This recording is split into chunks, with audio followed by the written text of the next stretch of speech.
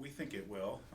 It's really hard to totally pin down how many Albany County residents are affected by a potential Medicaid expansion.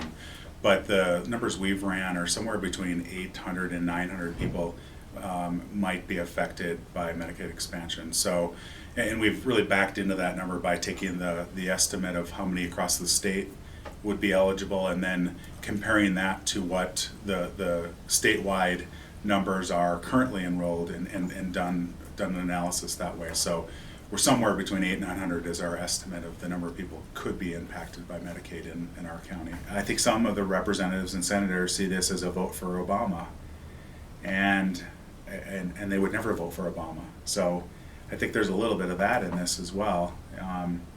And I'm trying to disconnect it from Obama. And if they could think of it that way, and think of it for the state, and try to distance it from, I'm not asking them to support Obama. I'm just asking them to support Medicaid expansion.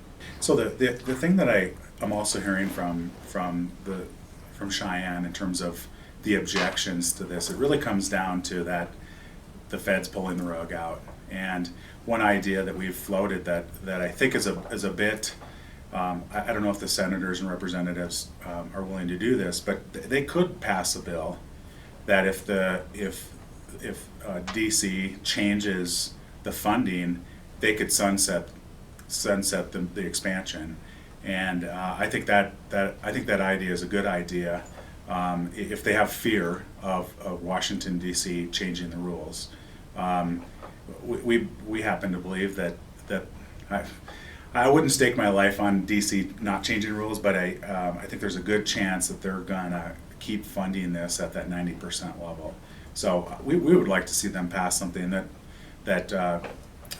would allow us to expand. And if they're afraid of Washington DC changing the rules, then put a sunset provision in that takes Medicaid away again, and everybody knows that going into it.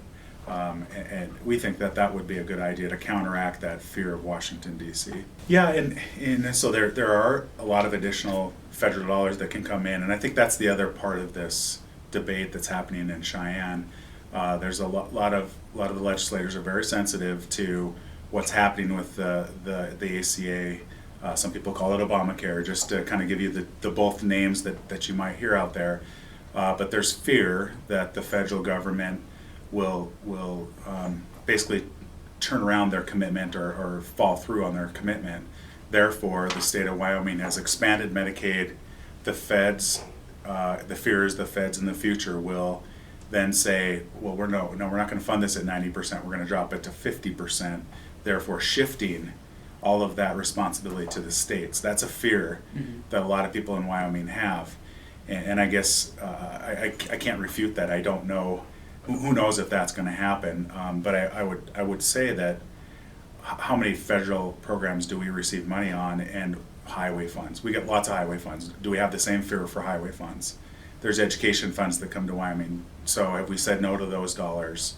So I'm wondering why we're going to hold healthcare out and say no to those dollars when we're not saying no to the highway funds, or the other funds that are coming into the state. It seems like it's treating Medicaid differently than you treat highway funds.